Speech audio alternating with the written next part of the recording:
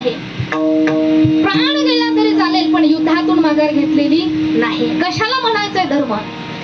छत्रपती शिवाजी महाराजांचा इतिहास जर आपण पाहिला ना तर जीवाला जीव देणारे मावळे महाराजांच्या सोबत होते.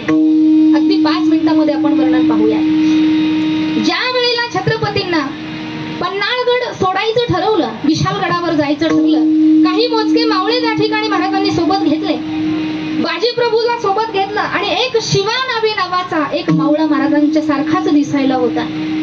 त्या शिवा नावाने सांगितलं म्हणे, महाराज एक काम करा, तुमचा जो पोशाख आहे, तुमचा जिरेटोप, तुमचा पोशाख तुम्ही मला द्या.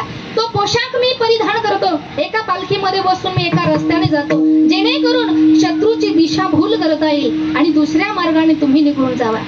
छत्रपती शिवाजी महाराजांनी सांगितलं म्हणे, शिवा आणि हे कार्य करत असताना एखाद वेळेला जर शत्रूला समजलं की तू खरा छत्रपती नाहीयेस, तू खोटा शिवा आहेस, तर एखाद वेळेला तुझी त्या ठिकाणी प्राणही जाण्याची वेळ येईल. त्यावेळेला शिवा नावाचं वाक्य तरुण मंडळ लक्ष देऊ नये का? त्यावेळेला शिवा नावाने सांगितलं म्हणे, महाराज अहो 100 वर्ष शिवा नावी म्हणून जगण्यापेक्षा एक दिवस छत्रपती बनून मेलेलं परवडलं. असे जीवाला जीव देणारे मावळे इतिहासामध्ये आपल्याला पाहायला मिळतात.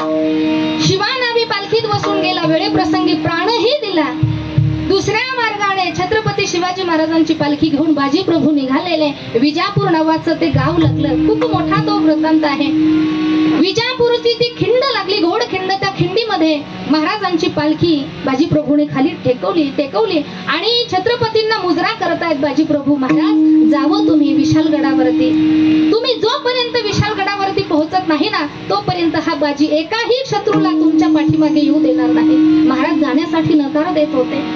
महाराज बोलू लागले, बाजी आहो तुम्ही आमचे सवंगडी आहात, तुम्ही आमचे मावळे आहात, तुम्हाला एकट्याला असं संकटात सोडून आम्ही कसे जाणार? पुन्हा पुन्हा बाजीप्रभू मुजरा करतायत. महाराजांना विनंती करतात, नाही महाराज जावं तुम्ही, कारण लाख मेले तरी चालतील महाराज, पण लाखाचा पोशिंदा जगला पाहिजे. ही मन आजही अजरामर आहे. जावं तुम्ही. अनेक विनंती केल्यानंतर, अनेक मुजरे केल्यानंतर छत्रपती जाण्यासाठी निघाले. बाजीप्रभूने सांगितलं, महाराज विशालगडावरती पोहोचल्यानंतर तोफांचा आवाज करा, आमच्या लक्षात येईल तुम्ही पोहोचला. 6 तास छत्रपतींना जाण्यासाठी लागणार होते. 6 तास बाजीप्रभू त्या घोडखिंडीमध्ये शत्रूशी झुंज देत होते, शत्रूशी लढत होते. आणि जेव्हा 6 तासानंतर तोफांचा आवाज कानावरती पडला, लक्षात आलं, तोफांचा आवाज कानावर आला, आता माझा राजा जगला, आता माझा राजा जगला ना, अर्थात आता माझा महाराष्ट्र जगणार आहे. त्याच तोफांच्या आवाजाची वाट बाजीप्रभू पाहत होते. दादांनो, जगण्यासाठी नाही तर मरण्यासाठी. मला वाटतं यालाच म्हणायचं धर्म. विठ्ठल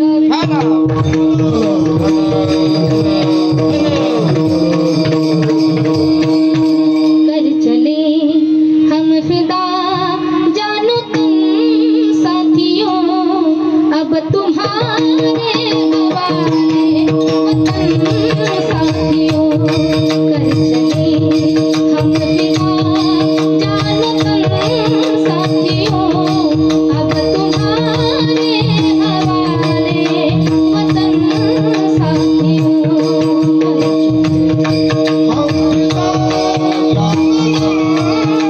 हम